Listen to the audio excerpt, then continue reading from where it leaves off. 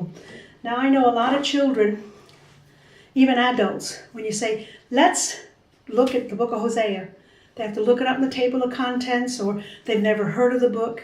And so I'd like to give you a few ideas of what we can do to learn, to teach the children so they can learn, and we can learn also where the books of the Bible are found.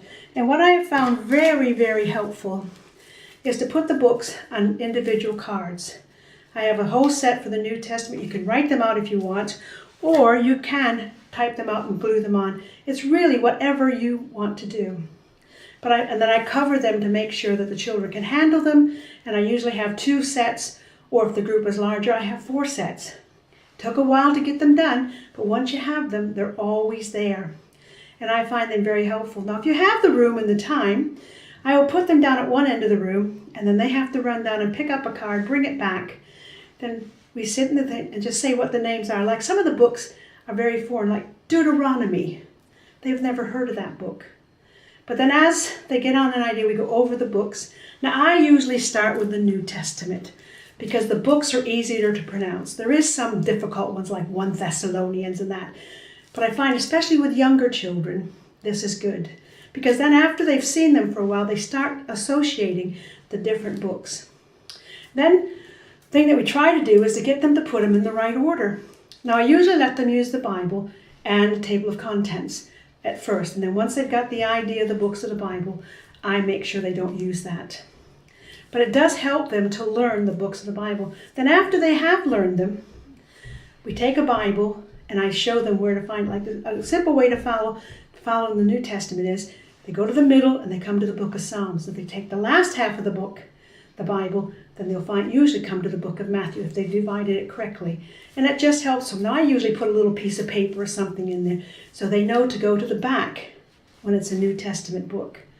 But after a while they think, well, we need to learn both of them. And so I teach them all the same thing over and over again. And it takes several weeks, but it's also a way. But then I will they have to go down and get a book, then they have to put it on the card, the Old Testament or the New Testament. And they have to decide, is the book a New Testament or Old Testament? Or I do it just in a circle and put these in the middle, and they have to put it down. But even the younger ones can do this with a little bit of help, but also they associate the words. They can connect up with them. And I find that very helpful. After they've learned the books of the Bible, I sometimes mix them up. And I say, well, what book is that? And then I said, you go and find that in the Bible. Do you know what it is? Now, little secret. Now, don't tell your children this, but I write the names on the back. So I'm not sitting there thinking, oh no, what is that book? Because I know. And they think I'm very clever that way. And it's just a little thing that helps them, but it helps me too. Or you leave the consonants out and say, well, what book is this? And if in case you don't know, that's the book of Jonah. And again, or take the vowels and leave the consonants in and the vowels out, and they have to tell you what it is. It's the book of Isaiah, in case you didn't know. But again, it's just doing different games and activities. Now, some people like to learn the books of the Bible by singing the song. Now, I have found that's fantastic, but usually the people that have learned the books of the Bible by using the song have to sing through the song before they can find the book that they're looking for. But it's just making it fun, but you can learn a song. But I usually teach them the books of the Bible, and then I will sing the song.